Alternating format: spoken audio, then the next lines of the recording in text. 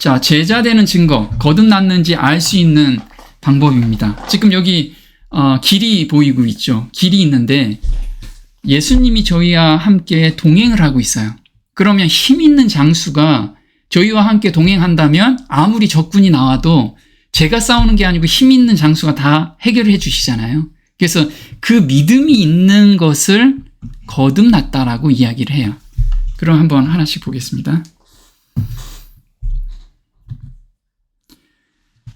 자, 예수께 가는 길 12장까지의 내용을 잠깐 정리를 해보도록 하겠습니다. 이 뜰의 경험이라고 하죠. 뜰의 경험이 1장부터 6장까지가 뜰의 경험입니다. 이것은 입혀주시는 의라고 하죠.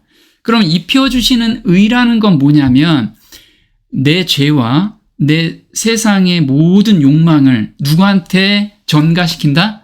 예수님께 오로지 전가시키고 예수님께서 그걸 온전히 깨끗하게 했다. 내가 온전히 짊어졌다라는 것을 믿게 되면, 믿음이 오면 그게 거듭남의 경험이라고 하는 겁니다. 자, 거듭남의 경험은 좀 단계가 있죠. 죄인이 거듭나는 단계는 첫 번째 회개를 해야겠죠. 그래서 회개가 항상 중심이 됩니다. 근데 우리가 그 회개는 몇 장에 있죠? 회개는 3장에 있습니다. 회개는 3장. 3장에 회개가 있는데 왜 이게 중심이냐? 그러면 우리가 하나님께로 돌아가는 마음이 생기는 게 바로 회개거든요. 그럼 내가 세상이 좋아서 가다가 너무 마음에 평안이 없어서 나 평안하게 살고 싶어. 찾다가 보니까 하나님께서 내 주인이 되면 내가 평안하게 살 것 같아. 그 마음이 생겼을 때가 회개하는 마음이 생긴 거예요. 그러면 회개한다면 어디론가 돌아갈 장소가 있어야 되잖아요. 돌아갈 누군가가 있어야 된다 이거죠. 그래서 종로의 계단 1장에는 하나님의 사랑을 느껴야 돼요. 사랑의 속삭임이라고 하죠. 그래서 하나님이 어떤 분이신지를 우리가 자연과 또는 성경을 통해서 깊이 묵상하고 이때가 가장 중요한 때예요. 뭐냐면 내가 부모님께 돌아가고 싶은데 부모님이 항상 무서운 부모님이에요. 내가 어렸을 때 맨날 얻어맞고 부모님이 맨날 욕하고 그러면 나중에 커서도 부모님께 돌아가고 싶은 마음이 안 생기잖아요. 그래서 부모님이 정말 나를 사랑하는 분이구나 라고 내가 정말 마음으로 믿어질 때 돌아갈 마음이 생기는 거예요. 그래서 우리가 진짜 회개가 안 되는 건 뭐냐면 하나님을 너무 모르기 때문에 그래요. 그래서 1장에서 하나님의 사랑을 깊이 아는 거, 이거는 묵상을 계속하는 것이 되게 중요합니다. 그리고 두 번째가 죄인에게 필요한 그리스도입니다. 2장이. 그러면 죄인에게 필요한 그리스도라는 건 무엇이냐면 내가 그 죄에서 벗어나고 싶고 발버둥을 쳐도 내 자신이 스스로 알아요. 그 죄에서 나는 한 발자국도 벗어날 수 없다라는 걸 알게 됩니다. 그러면 누군가가 도와주세요. 이 마음이 자연스럽게 나와요. 도와주세요, 나 좀. 이 도와주세요 하는 것이 죄인에게 필요한 그리스도를 발견하게 되는 거예요. 그러면 이제 내가 돌아가야지 하는 마음이 굳어지게 되죠. 그러면 돌아가서는 뭐 할 거냐? 바로 고백을 합니다. 제가 이런 죄인입니다. 나는 어떤 죄를 지었습니다. 라고 거기서 끝나는 게 아니고 저는 그 죄를 고백해도 다시 돌아서면 그 죄를 똑같이 지을 수밖에 없는 몸입니다. 죄로 기울어지는 그런 본성을 가지고 태어났습니다. 그래서 제가 이 죄에서 온전히 회복되려면 하나님께서 새 마음을 주지 않으시면 안 됩니다. 그래서 내 마음 그 아주 깊숙한 죄의 뿌리까지 하나님께 계속해서 고백을 하고 드리는 거라 이거죠. 그리고 헌신을 하는 거라 이거죠. 그 마음을 이제 하나님께 드리면서 뭐라고 얘기해요? 새 마음을 좀 주세요. 하나님, 제가 저한테 새 마음을 주시지 않으면 저는 한 발자국도 앞으로 나갈 수 없으니 새 마음을 좀 주세요. 라고 헛 마음을 드릴 테니까 새 마음을 주세요. 그러면 이 새 마음을 받는 경험, 이 경험이 바로 거듭남의 경험이라는 거죠. 그러면 그 새 마음을 받고 그럼 예수님께서 내 안에 성령을 주셔서 마음이 바뀌어지면 그때부터 나의 모든 어떤 죄된 생각이나 세상에 유혹이 왔을 때 그때부터 나는 예전엔 내가 좀 뭔가를 하려고 했는데 그게 안 되는 것을 내가 알기 때문에, 그리고 바꿔준 경험이 있기 때문에 어때요? 바로 예수님께서 새로운 마음을 주실 수 있다라는 확실한 믿음이 생겨요. 그때부터 헌신 기도가 너무 자연스럽게 돼요. 그래서 어떤 유혹이 오면 예전에는 내가 조금 기다리고 뭔가 해보려고 했지만 그걸 안 된다는 것을 알고 나서부터는 어떤 유혹이나 죄된 생각이 들어오면 그 즉시 예수님께 드리는 그런 마음이 생기게 되는 거죠. 그런 믿음이 내 안에 주인으로서 예수님을 모시는 그것이 바로 거듭남의 경험을 하게 되는 거예요. 이게 뜰의 경험이라는 거죠. 지금까지 우리가 배운 거. 그러면 이제 성소 첫째 칸에 들어가기 전에 무엇을 거치냐면 바로 물두멍을 거친다는 거죠. 그러면 7장부터 12장이 이제 성소 첫째 칸에 들어가는데 나눠주시는 의를 경험하는 단계예요. 나눠주시는 의라는 건 어떤 거냐면 예수님께서 그 성소 첫째 칸에서 떡이 되고 그 다음에 등대가 있죠. 그 다음에 기도가 있습니다. 이 경험을 우리가 하게 되면 이걸 누가 경험했을까요? 예수님께서 다 경험하셨죠. 그래서 예수님이 경험한 의를 우리한테 나눠주신다는 거예요. 그럼 우리가 그 의를 받으면 우리도 매 삶에서 의인으로서 살 수가 있는 거예요. 그럼 그 의인으로서 사는 것을 보고 내 주변의 사람들이 그걸 보고 의롭게 살고 싶은 거죠. 네. 그래서 이 거치기 전에 물두멍이 중요한데 이 물두멍은 어떤 역할을 하는지를 조금 이따 봐야 돼요. 그래서 이제 물두멍을 거쳐서 성소 첫째 칸에 이렇게 들어가게 되는 거죠. 그러면 7장에는 제자 되는 증거예요. 그럼 이건 물두멍의 경험이 여기에서 알 수가 있고요. 그 다음에 8장부터 12장에서는 포도나무에 붙어있는 삶을 경험하는 것이고요. 성령과 말씀에 순종하는 삶, 그래서 예수님의 품성으로 닮아가게 하는 삶, 우리가 이게 성화라고 하죠. 성화. 그리고 11장에서는 기도의 특권이라고 합니다. 그래서 우리가 기도하면 하나님께서는 예수님께서 말씀하셨죠. 내 이름으로 무엇이든지 구하면 그대로 되리라 라고 말씀하셨어요. 그러면 무엇이든지 구하면 이라고 말씀을 하셨는데 누구 이름으로? 네, 예수님의 이름으로. 그래서 예수님의 이름이라는 뜻은 뭐냐면 예수님의 뜻대로, 그건 다시 말해서 하나님의 뜻에 맞춰서 기도를 하면 100% 들어준다는 거예요. 그러면 여기에서 우리가 지금까지 기도를 했는데 잘 들어주지 않는다. 그런 이유는 뭘까요? 하나님의 뜻을 모르고 내 뜻을 계속 강구하고 구하고 있었던 거예요.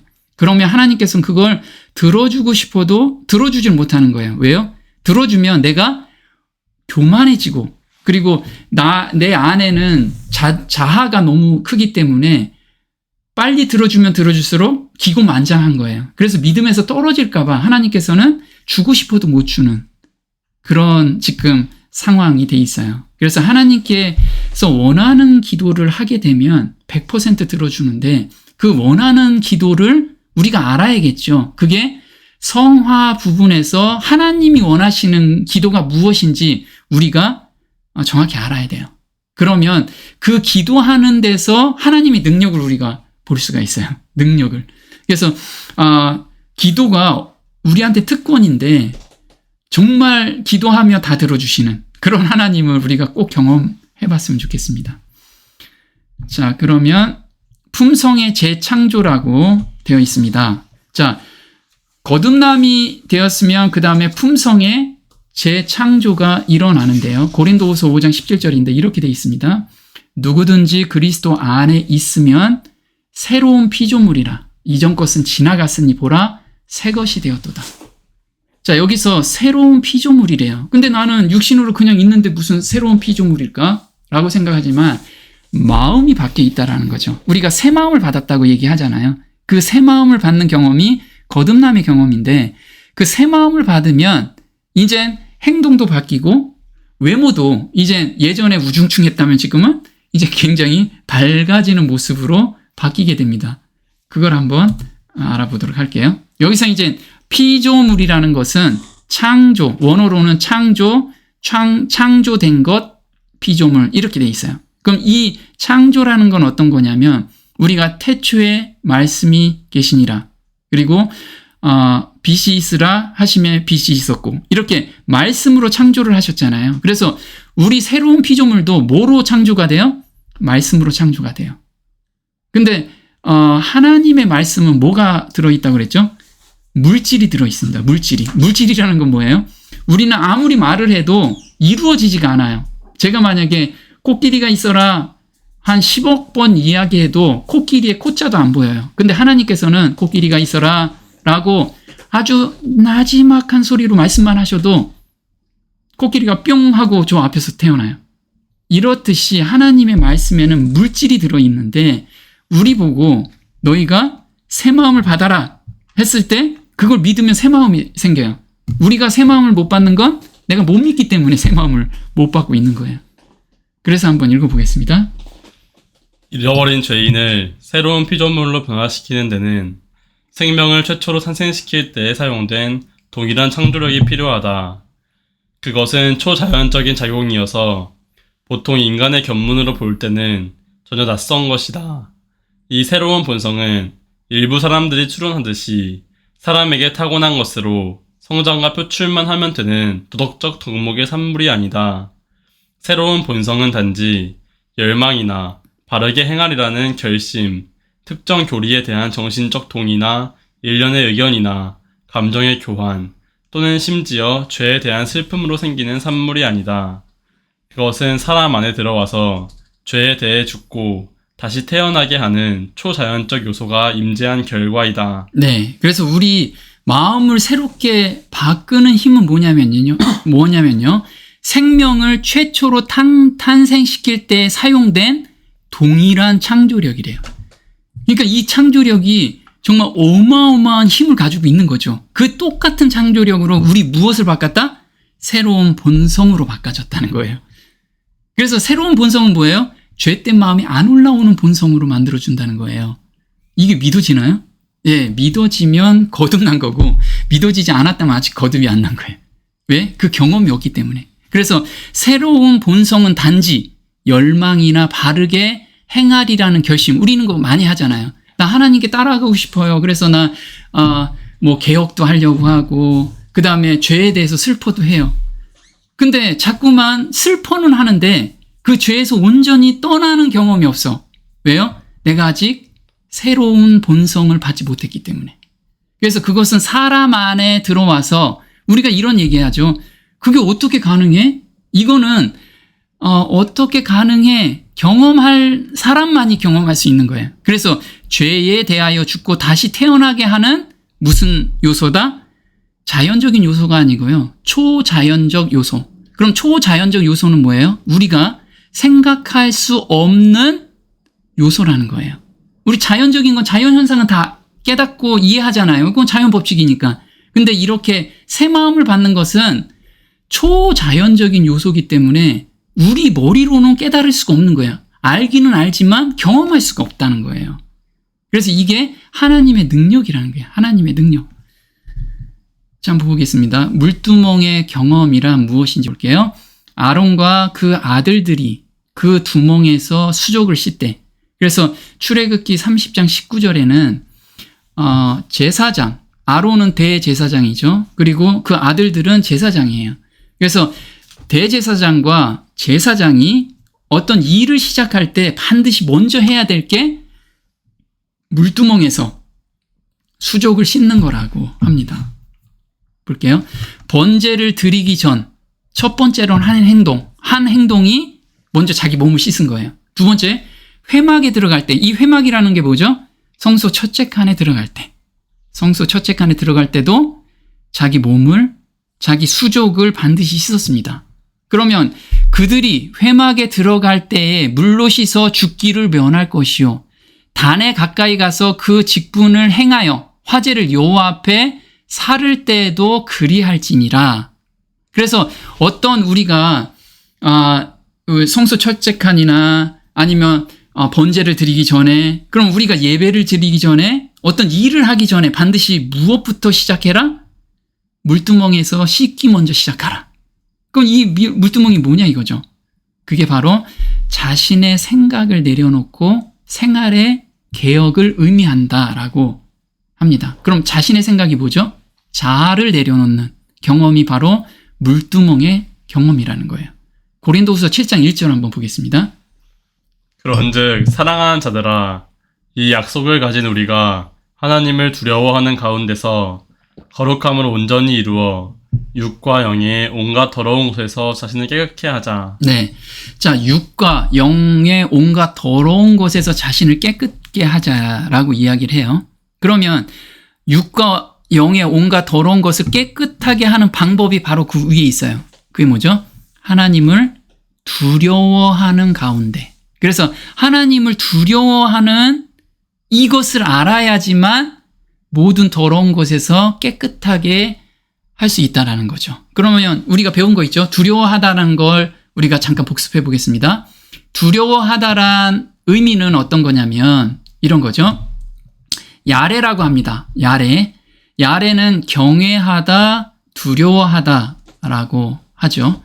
자, 이 단어는 하나님을 만난 경험이 있는 사람만이 이해할 수 있는 단어다라고 제가 예전에 말씀을 드렸어요. 그럼 하나님의 밝은 빛을 경험한 선진들과 이 빛을 경험하면 두 가지 경험을 하게 돼요. 첫 번째는 하나님의 영광 앞에 서면 두려움과 함께 그동안에 알고 있던 지식이나 믿음이 얼마나 보잘것 없는지를 깨닫게 되고 자기가 행한 모든 의가 정말 아무것도 아니라는 것을 알게 됩니다. 그래서 그거 그냥 알고 싶은 게 아니고 그렇게 그냥 밝은 빛 앞에서 쓰면 그 경험이 돼요. 그러면 철저한 회개가 이루어지며 죄가 싫어져요.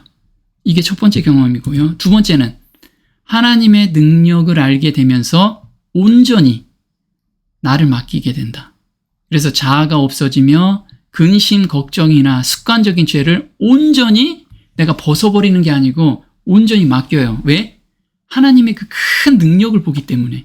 그래서 이 두 가지가 우리가 하나님을 두려워하며 그 두려워한다는 단어에 들어가 있는 내용이에요.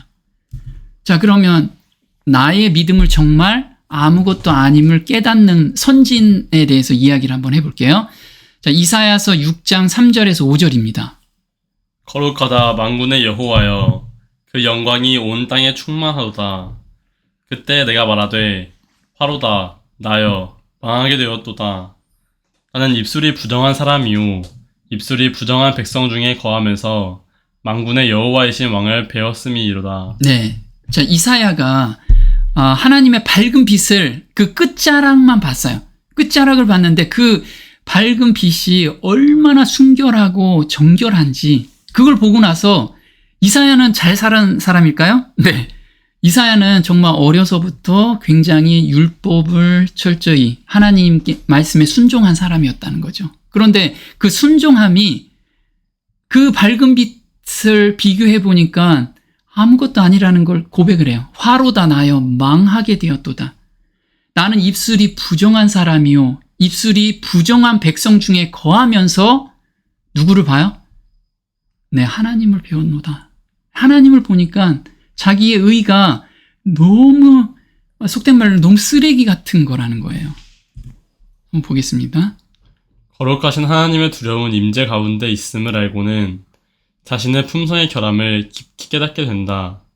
우리가 하나님께 가까이 나아가게 되면 이와 동일한 경험이 우리에게도 이르러 올 것이다. 네, 그래서 하나님의 빛에 점점 가까워지면 우리가 보이는 것은 정말 나는 죄 덩어리구나. 그리고 내가 하는 모든 것이 정말 품성의 결함이 점점 깊어지는 것을 보게 되는 거죠. 자, 또 한번 볼게요. 철저한 회개와 죄가 싫어지며 거부가 일어난다. 자, 욥기 42장 5절 6절입니다. 내가 주께 대하여 귀로 듣기만 하였삼다니 이제는 눈으로 주를 배움나이다. 그러므로 내가 스스로 하나고 띠끌과 제 가운데서 회개하나이다. 네. 자, 그동안에 귀로만 듣던 하나님을 이제 눈으로 뵌대요. 눈으로 보니까 무엇이 그 다음에 따라오냐면 내가 스스로 하나고가 뭐냐면 거부하다, 싫어하다인데, 자, 이론적으로는 하나님을 경험적으로 체험했을 때 나타나는 현상이에요. 그럼 하나다가 뭐냐면 이런 거죠. 어리석은 말과 행동을 싫어하며 거부하게 됐다. 자, 그 다음에 회개하나이다 라는 뜻은 어떤 거냐면 철저하고 완전한 회개의 표시로 크게 애통하여 스스로 겸비하게 하는 것임을 나타내기 위함이다. 진실로 뉘우쳐 회개함을 뜻한다. 욥의 비탄과 그에게서 일어나고 있는 전격적인 변화를 시사한다. 그래서 이게 단순히 이론적으로 나 성경을 보다가 나 진짜 회개해야지 이게 아니고 그냥 그 앞에서 납작 엎드리게 된다는 거죠. 납작 엎드리게. 그럴 수밖에 없는 경험을 하게 되는 거예요. 자, 그 다음에 두 번째 경험은 하나님의 능력을 전적으로 신뢰하게 된다. 왜? 하나님의 능력이 너무 크다는 것을 그냥 느끼기 때문에. 한번 보겠습니다. 이스라엘이 여호와께서 애굽 사람들에게 베푸신 큰 일을 보았으므로 백성이 여호와를 경외하며 여호와 그종 모세를 믿었더라. 네. 자, 이때는 어떤 때냐면, 홍해를 건너고 나서 이스라엘 백성들이 그 홍해 안에 누구를 다 애굽 군대를 다 죽인 후를 보고 나서 하나님의 그 엄청나게 강한 힘을 본 거예요. 근데 그 강한 힘이 누구를 보호하고 있어요? 자기들을 보호하고 있다라는 것을 느끼고 경험하게 됩니다. 그래서 이때 경외하며 라고 이 경외라는 단어가 그때 보여지는 거예요. 그 경외라는 건 하나님의 그 큰 능력을 보면서 그 능력이 나를 위해서 보호를 하고 있구나. 이러면 어떻게 해요? 존경하게 되는 거예요.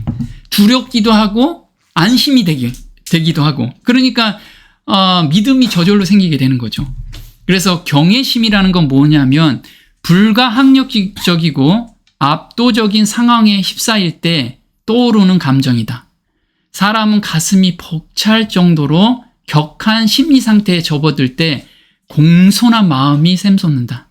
우러러보는 마음과 두려워하는 마음이 공존하는 심리 상태다. 그러니까 경외심이라는 것은 이 두 가지가 공존하는 거예요. 두렵기도 하지만 또 어떤 생각? 우러러보는 생각까지. 그래서 나를 위해서 저 힘을 쓰고 계시는구나. 이런 거. 그래서 헬라어로 한번 보면요. 거룩한 두려움이라는 뜻이에요. 경외하다가 거룩한 두려움. 자, 이 거룩한 두려움이라는 것은 존경하는 마음으로 조심스럽게 행동한다. 거룩한의 강조점이 있어서 두려움에 못 이겨 따르는 것이 아니라 하나님에 대한 존경심과 믿음 때문에 따르는 것이기 때문이다. 그래서 경외할 경우에는 하나님이 무서워서 내가 이거 따를게요. 이런 게 경외하는 게 아니고 하나님을 너무 존경하기 때문에 따르고 싶은 마음이 스스로 생기게 된다는 게 경외하다라는 뜻이에요. 이 마음이 우리한테 생겨나야 돼.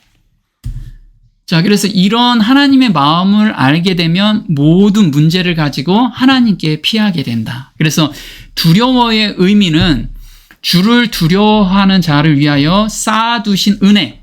그게 뭐냐? 곧 인생 앞에서 주께 피하는 자를 위하여 베푸신 은혜가 어찌 그리 큰지요? 라고 시편 저자가 이야기를 했어요. 시편 31편 19절에. 그래서 두려워하는 자는 곧 인생 앞에서 주께 피하는 자. 그래서 인생 앞에서 주께 피하는 자는 뭐냐 하면 인생의 모든 문제 있죠. 내가 가지고 있는 죄짐이나 세상 걱정이나 어떤 유혹거리를 다 누구한테 맡겨요? 하나님께 주께 피하는 자, 넘기는 자가 두려워하는 자라는 거예요. 두려워하는 자. 그래서 우리가 아직 이렇게 내가 뭔가를 가지고 있다라고 하면 아직 하나님과 예수님을 두려워하지 않는 거죠. 자, 그래서 여호와는 그 경외하는 자. 자, 이 경외하다라는 것을 영어로 보면 두려워하다라는 거예요. 곧 인자하심. 이 인자하심이라는 영어 뜻은 뭐냐면 변함없는 사랑이에요. 변함없는 사랑. 그래서 우리가 끝없는 사랑을 바라는 자. 그래서 보면은 두려워하다라는 뜻이 경외하다. 그게 또 인자하심과 똑같아요. 그러면 자신의 문제를 가지고 변함없는 사랑으로 우리를 위하여 끊임없이 기다리고 계시는 하나님께 달려가는 자가 예수님의 의를 입혀주신다는 거죠. 그렇게 달려가는 자에게. 그래서 우리는 내가 의를 입거나 내가 의로운 행동을 하는 게 아니고 나의 죄된 모든 것을 예수님께 전가시키면 예수님께서 의로 저희를 입혀주신다는 거예요. 너무 감사가 되잖아요. 우리가 무엇인가 해야 되죠. 뭔가 해야 되는데 죄된 마음을 드리는 거예요. 죄된 마음. 그래서 새 마음을 받는 이런 것을 두려워하는 가운데 너희가 세상의 모든 것을 넉넉히 이길 수 있다는 거예요. 두려운 마음이 있다면. 자, 그럼 물두멍의 경험이 무엇인지 한번 보겠습니다. 우리를 구원하시되 우리의 행한 바 의로운 행위로 말미암지 아니하고 오직 그의 긍휼하심을 쫓아 중생의 씻음과 성령의 새롭게 하심으로 하셨나니. 네, 그래서 여기서 중생의 씻음이라는 게 어떤 거냐면 이겁니다. 중생의라는 것을 번역하면 뭐냐면 다시 출생하다라는 합성어예요. 그럼 영적으로 말하면 뭐예요? 거듭남을 의미해요. 그럼 이거 읽어보면 중생의 씻음이라는 건 거듭남과, 그렇죠? 거듭남과 성령의 새롭게 하심, 새롭게 하심이란 뜻은 중생의 씻음의 결과로 하나님의 형상을 회복하는 과정이다 라는 거죠. 그러면 거듭났으면 그 마음을 받았기 때문에 우리가 삶을 살아갈 때 그 마음을 통해서 계속해서 살아가는 거예요. 그러면 어떻게 돼요? 죄나 세상의 유혹이 넉넉히 이기면서 우리가 갈 수 있는 거죠. 그게 성화라는 거예요. 그럼 요거를 현대어로 다시 제가 읽어볼게요. 우리의 죄를 깨끗이 씻어 주셨습니다. 중생을 하신 거죠. 중생을 한 겁니다. 성령을 우리 속에 살게 하여 새로운 기쁨을 주심으로써 우리를 구원으로 이끄셨습니다. 그것은 우리가 구원을 받을 자격이 있어서가 아닙니다. 하나님께서 은혜와 자비를 베풀어 구원해 주신 것입니다. 자, 그래서 여기서 보면요. 중생의 씻음은 거듭난 경험을 하면 성령을 우리 속에 살게 하여 새로운 기쁨을 주신대요. 그래서 만약에 거듭난 경험을 하고 이때부터 너는 고행으로 내 율법을 지켜라 하면 아무도 지킬 수 없을 거예요. 근데 우리 속에 성령을 주셔서 그 지키는 기쁨을 주신 거예요. 기쁨을. 그래서 요즘 그런 거 있죠. 예전에는 고기가 정말 먹고 싶어가지고 하루에도 고기가 안 올라오면 반찬이 없다라고 투정을 해요. 근데 요즘 고기 없이 무엇을 먹냐면 풀떼기를 먹잖아요. 또는 견과류를 먹어요. 견과류를 먹는데 견과류를 꼭꼭 씹어 먹으면 어때요? 단맛이 나, 단맛. 그러니까 고기 먹는 것보단 견과류를 이렇게 주워 먹는 것이 그 즐거움이 또 있어요. 그 맛이. 이런 즐거움을, 새로운 즐거움을 우리한테 주시는데 그 즐거움을 따라가다 보니까 하나님의 품성에 맞춰서, 하나님의 삶의 방식에 맞춰서 우리가 삶이 변화가 되더라 이거죠. 이 변화를 경험하는 것. 이게 물두멍의 경험이라는 거예요. 내 의지, 내 자아를 온전히 성령의 음성에 순종하는 그런 경험이 물두멍의 경험이죠. 자, 그래서 거듭남은 옛 욕망을 십자가에 못 박는 것에서, 못 박는 것에서 즐거움의 경험을 하는 것이라는 거죠. 그냥 못 박고 나 왜 이렇게 고행을 해야 되나? 이게 아니에요. 그러면 하나님은 정말 나쁜 하나님이죠. 그죠? 왜 자식을 낳아놓고 고행을 하라고 하면 엄청나게 안 좋잖아요. 근데 하나님께서는 거기에서 굉장한 즐거움을 각 요소마다 다 숨겨 놓으셨어요. 우리는 그걸 발견하면서 가면 그 발견하면서 가는 즐거움으로 우리가 하루하루를 살게 될 거예요. 한번 보겠습니다. 절대로 그럴 수는 없습니다. 죄를 짓지 않고도 살게 해주셨는데 계속 죄를 지어서야 되겠습니까? 우리가 그리스도인이 되고 침례를 받아 예수 그리스도의 몸의 한 부분이 되었을 때 이미 우리를 지배하던 죄의 세력은 부서져 버렸습니다. 다시 말하면 예수 그리스도의 죽음을 통해서 우리는 산산이 부서진 것입니다. 예, 로마서 6장 2절 3절 현대어로 지금 번역을 한 거예요. 근데 여기서 보면요, 그럴 수 없습니다라고 얘기한 게 아니고요, 절대로 아주 강조를 했어요. 우리가 죄를 이길 수 없습니다. 제자들이 그래요. 우린 죄를 이길 수 없습니다. 세상 욕망에 대해서 내가 벗어날 수 없고 제가 죄된 습성에서 벗어날 수 없습니다. 그러니까 뭐라고 얘기해요?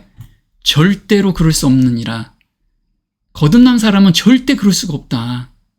자, 어떻게 바뀌어졌냐면, 우리를 어떻게 바꿔줬냐면 본성을 이렇게 바뀌어졌다는 거예요. 죄를 짓지 않고도 살게 해주셨는데 계속 죄를 지워서야 되겠습니까? 바울이 지금 저희한테 얘기하는 거예요.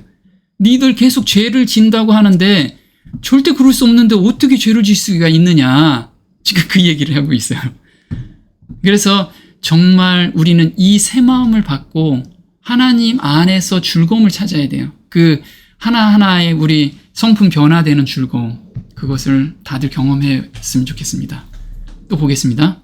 우리가 알거니와 우리 옛사람이 예수와 함께 십자가에 못 박힌 것은 죄의 몸이 멸하여 다시는 우리가 죄에게 종노릇하지 아니하려 함이니. 네, 그래서 여기 보면요, 옛사람이 멸했다고 해요. 옛사람이 멸했는데, 멸하다라는 뜻은 뭐죠?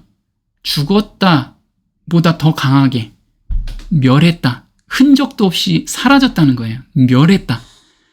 멸했는데 우리가 어떻게 다시 죄의 종로로 타겠느냐, 이 얘기를 하는 거예요. 근데 삶에서는 왜 그러지? 나는 계속 올라오는데요, 이 얘기를 하죠. 그래서 여기서 옛사람이라는 뜻이 무엇인지 현대어로 제가 한번 다시 번역해 봤습니다. 우리의 악한 옛 욕망은 그리스도와 함께 십자가에 못 박혔습니다. 그러므로 죄를 사랑하는 우리의 육신은 더 이상 죄의 지배를 받거나 죄의 노예가 될 필요가 없어졌습니다. 네, 그래서 여기서 옛사람이라는 게 악한 옛 욕망이라는 거예요. 그래서 우리 욕망은 계속 올라오죠. 당연히 올라옵니다. 그런데 새 마음을 받은 경험을 가지고 있으면 넉넉히 이기는 그 파워를 가지신 분한테 우리가 빨리 달려간다는 거예요. 빨리 달려가고 거기에 우리가 숨는 거라 이거예요. 숨게 되면 그 힘센 장수가 넉넉히 다 이겨주신다는 거예요. 우리가 이런 경험을 매일 해야 된다는 거죠. 자, 참된 거듭남, 죄를 미워하는 마음이 없다면 참된 거듭남이 아니라는 거죠. 그대는 죄를 하나님께 있어서 가증스러운 것으로 여기지 않고 그것을 버리지 않았다. 그대는 완전한 일을 하지 못했다. 원수가 시험으로 접근하였을 때 그대는 저항하지 않았다. 죄가 하나님께 얼마나 거슬리는가 하는 점을 알았더라면 그대는 시험에 즉시 굴복하지 않았을 것이다. 그대는 그대의 죄와 어리석음의 생애를 미워할 정도로 완전히 거듭나지 못했다. 죄는 아직도 그대에게 즐겁게 보이며 그대는 그것에 기만적인 쾌락을 버리기를 싫어한다. 그대의 영혼 깊이에 거듭남이 없다. 그대가 얻은 바를 곧 상실하였다. 네, 자, 완전한 거듭남. 우리가 이제 내가 아직 거듭났는지 안 났는지 요걸 보면 알아요. 옛 습성, 옛 쾌락을 너무 즐거워.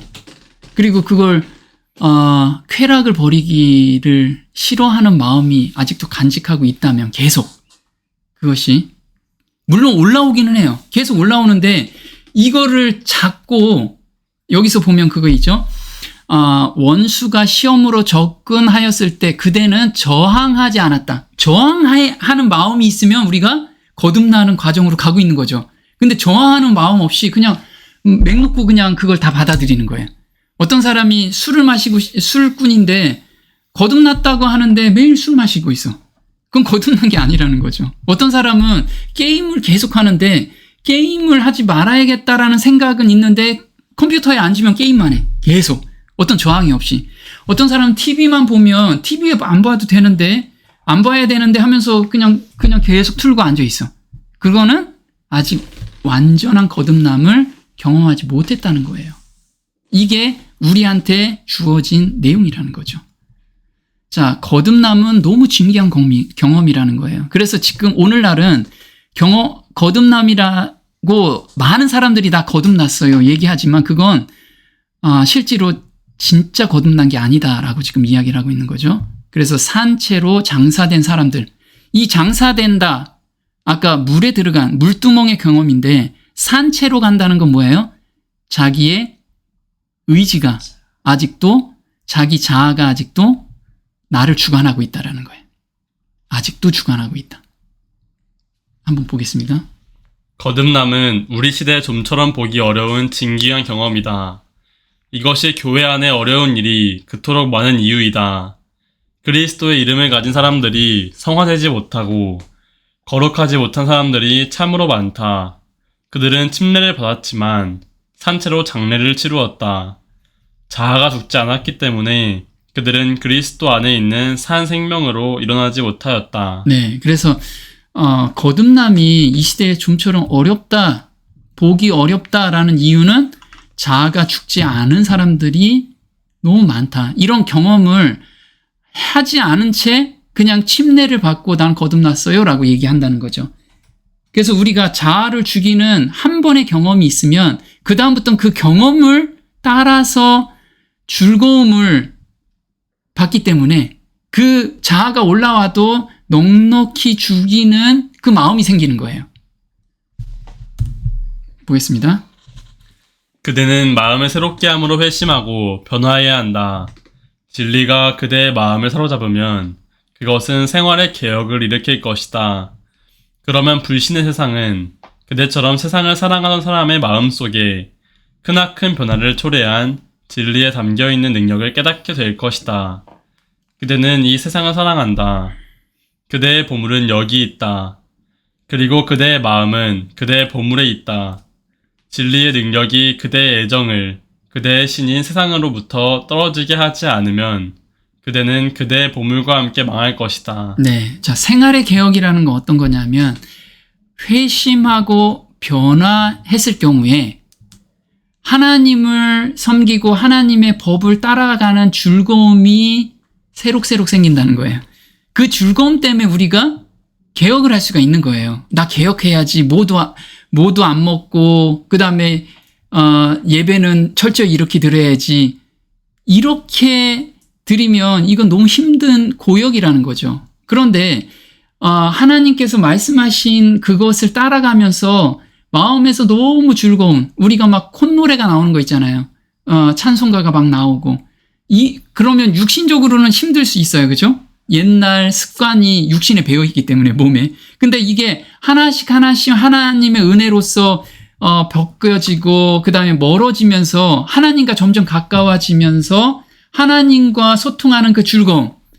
그러면은 운전하다가도 콧노래가 나오고 그 다음에 아무리 힘든 일이 있어도 잠시 하나님을 생각하면 너무 감사하는 그 기도가 나오고 또 찬송가가 막 나오는 이런 삶이라는 거예요. 이런 삶이 우리를 변화시킨다는 거죠. 내가 억지로 뭔가를 변화시킨다는 게 아니고. 자, 거듭남는지 확인하는 방법입니다. 우리가 진실로 어느 쪽에 속해 있는지 어떻게 알 수 있는가? 누가 우리의 마음을 소유하고 있는가? 우리는 누구에 대해서 생각하고 있는가? 우리는 누구에 대하여 말하기를 좋아하는가? 누가 우리의 가장 뜨거운 사랑과 최고의 열정을 소유하고 있는가?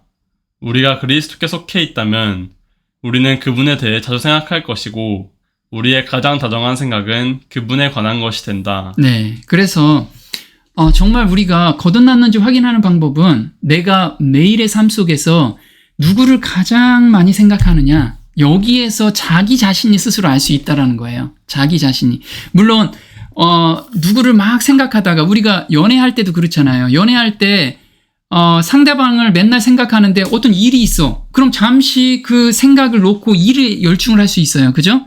근데 그 사람을 생각하면 너무 즐겁잖아. 그럼 빨리 돌아갈 수 있다라는 거예요.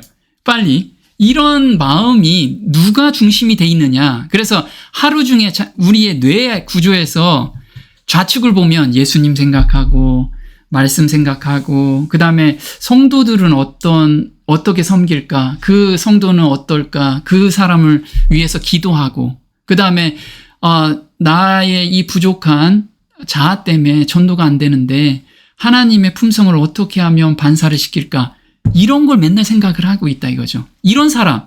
근데 이 사람은 먹고 안 사나요? 먹고 살아요. 그럼 먹고 사는 문제도 생각을 해요. 그렇죠? 자식이 있으면 자식에 대해서도 생각을 한다 이거죠. 모든 걸 팽겨치고 나는 오로지 예수님이 해결해 주실 거야, 이게 아니라는 거예요. 이게 중심이 되지만 먹고 사는 것에서도 우리가 관심을 가져야 된다는 거예요. 근데 절대 중심은 이런 거라는 거예요. 절대 중심이. 자, 근데 오른쪽에 있는 사람은 중심이 어디예요? 먹고 사는 문제부터 중심이 돼. 자식 걱정, 그 다음에 대인관계, 나하고 이웃과의 관계, 나하고 교인과의 관계, 이런 거를 걱정하고 있어. 그리고 건강은 어떻게 할까? 내가 채식을 좀 해야 되고 고기 안 먹어야 되고, 이런 걱정하고 있다 이거죠. 물론 그 걱정이 돼야겠죠. 근데 이게 메인이 아니라는 거예요. 왜 하냐 이거지. 건강 기별 우리가 받아들이는데 그걸 왜 받아들이냐 이거예요. 말씀을 좀 더 깊이 알고 하나님을 더 섬길 수 있게끔 내 몸을 온전하게 만들기 위해서 그런 걸 한다 이거죠. 주객이 전도되면 안 된다는 거예요. 그걸 해야지만 내가 천국에 가고, 그거 해야지만 하나님을 더 섬기고, 이런 거 아니라는 거예요. 주객, 어떤 걸 먼저 생각하고 그 다음에 따라오는 게 이런 거라는 거죠. 자, 제자가 되려면 모든 것을 미워해야 하는가 보겠습니다. 무릇 내게 오는 자가 자기 부모와 처자와 형제와 자매와 및 자기 목숨까지 미워하지 아니하면 능히 나의 제자가 되지 못하고, 누구든지 자기 십자가를 지고 나를 쫓지 않는 자도 능히 나의 제자가 되지 못하리라. 네, 그래서 내 말씀을 잘 안 듣고 그 다음에 집에 가면 어떤 믿는 사람이 있고 믿지 않은 사람이 있어요. 근데 믿지 않는 사람은 어때요? 자꾸만 방해가 돼. 내가 신앙생활 하는데. 그럼 그 사람 미워해야 된다 이거지. 그 뜻이 아니라는 거예요. 미워하라는 게 아니에요. 뭐냐면 그 사람도 하나님께서는 나를 통해서 인도해 갈 사람이라는 거예요. 그래서 나를 그 집안에서 지금 구원을 먼저 하나님 복음을 알게 한 것은 나를 통해서 내 가정이 다 구원을 받게 하고, 그 다음에 그 가정을 통해서 그 주변의 사람이 구원받게 하고, 이거를 하나님이 원하시는 거지, 나하고 아직 믿음이 다르다고 저 사람 미워하고 이러면 안 된다는 거예요. 우리가 억지로 미워하지는 않죠. 억지로 미워하지는 않는데 시시건건 계속 의견 충돌이기 때문에 미워하게 되잖아요. 근데 그거의 뜻이 아니라는 거예요. 자, 이게 평행절이 누가복음 14장 26절 27절인데 평행절은 마태복음 10장 37절 38절이에요. 제가 읽어보겠습니다. 아비나 어미를 나보다 더 사랑하는 자는, 자, 여기 미워한다는 뜻이 뭐예요? 사랑하는데 나보다 더 사랑하지 말라는 거예요. 내게 합당치 아니하고, 아들이나 딸을 나보다 더 사랑하는 자도 내게 합당치 아니하고, 또 자기 십자가를 지고 나를 쫓지 않은 자도 내게 합당치 아니하니라. 자, 자기 십자가를 진다는 건 뭐예요?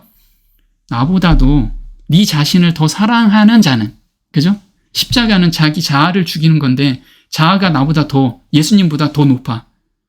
그 뜻이라는 거예요. 사랑을 하는데 예수님이 가장 큰 사랑 먼저 놓고 나머지도 사랑하라는 거예요.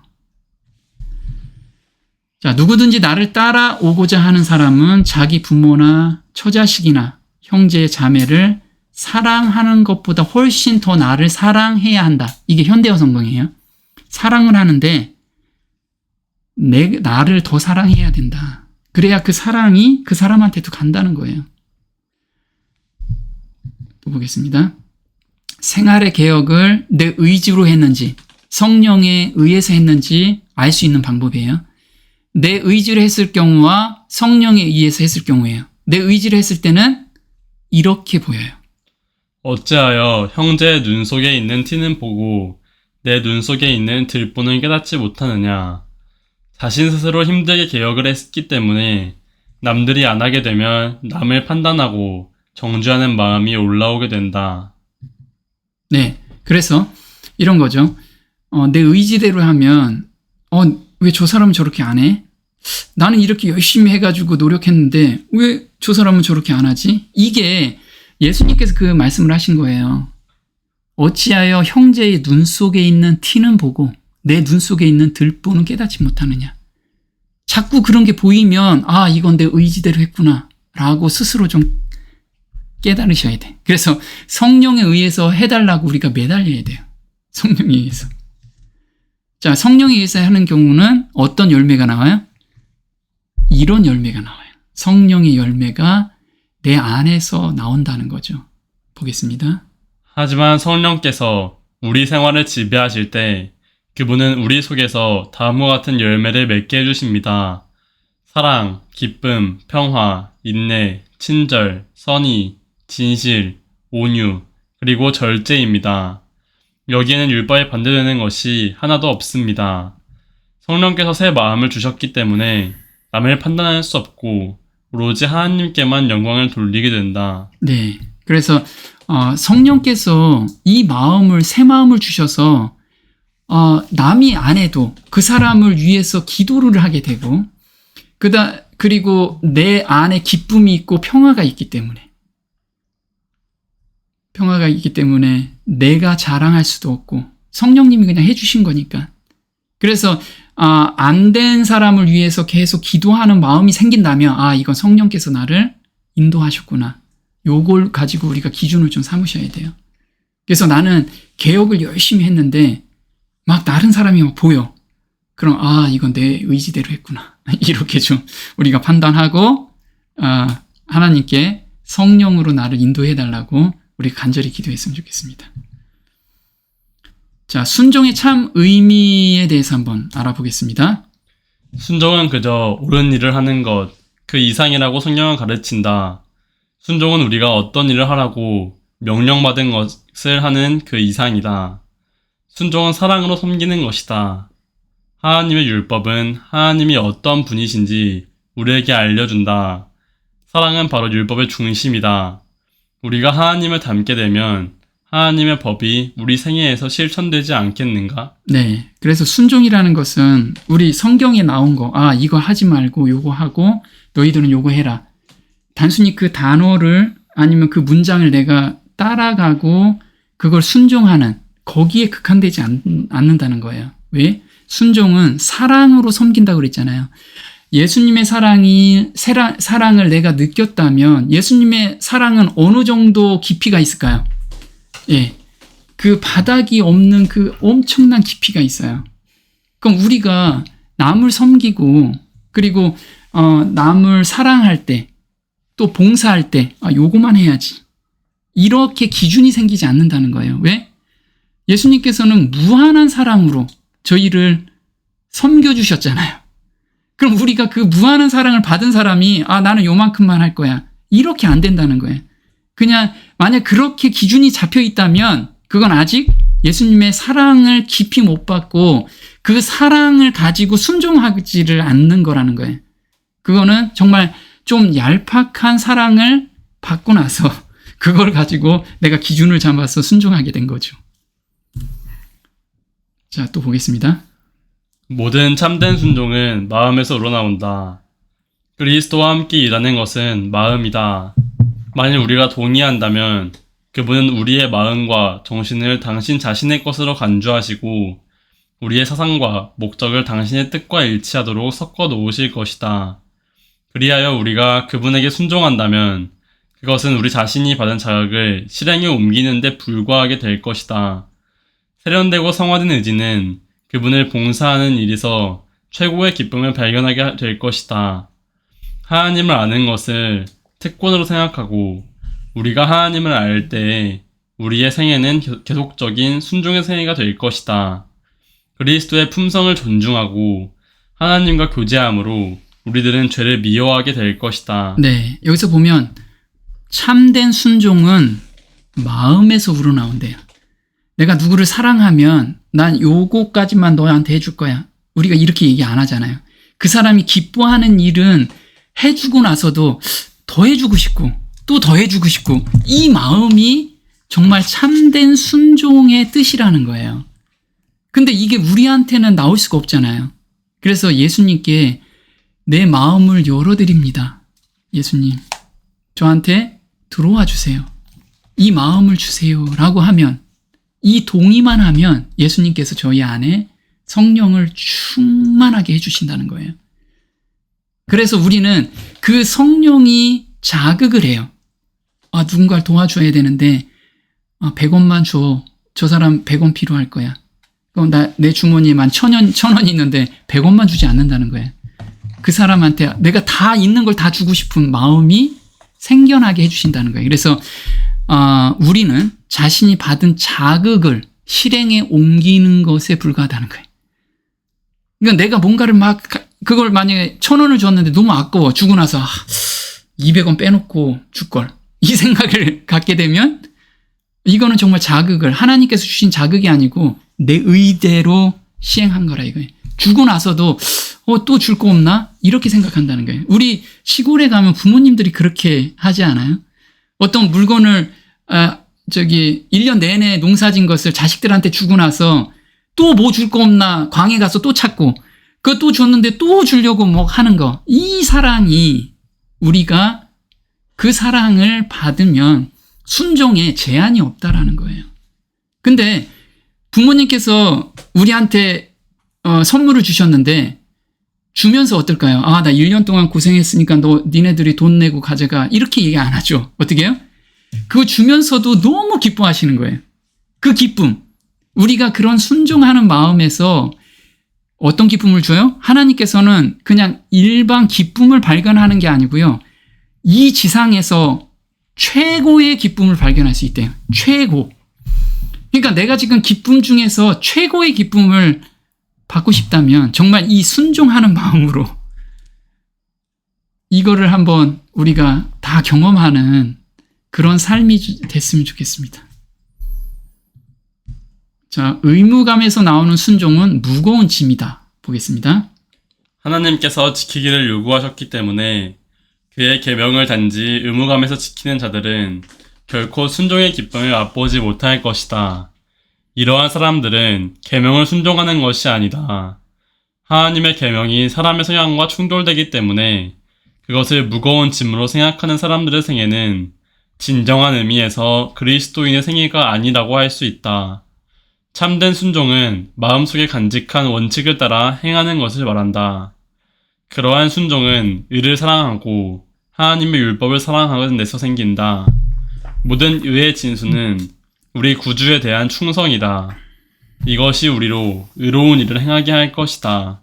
왜냐하면 하나님께서 의로운 일을 기뻐하시기 때문이다. 네. 그래서 우리가 의무감 때문에 지금 내가 뭔가를 하고 있는데 내가 신앙생활을 하고 있다라고 생각하는데 힘들어. 뭔가 무거운 짐을 짓고 있는 것 같고 뭔가 버겁다라고 생각하면 참된 순종을 지금 우리가 모르고 있다라는 거예요. 모르고 있다는 거. 그래서 내가 지금 마음 상태가 그렇다면 하나님의 사랑부터 먼저 다시 가서 그거를 깊이 알고 그걸 좀 알게 해달라고 하나님께 매달려야 되는 그런 단계라는 거예요. 그래서 지금은 이제 우리가 거듭났는지 지금 물두멍의 지금 경험이 어떤 건지 우리가 지금 알아보고 있어요. 그럼 다음 시간에는 이 물두멍을 경험한 이스라엘 백성과 그 다음에 선진들과 그 다음에 사도들에 대해서 예를 들어가면서 우리의 삶하고 한번 비교를 해봤으면 좋겠습니다. 자, 오늘은 여기까지 하겠습니다. 자, 기도하고 개인 기도 시간 갖겠습니다.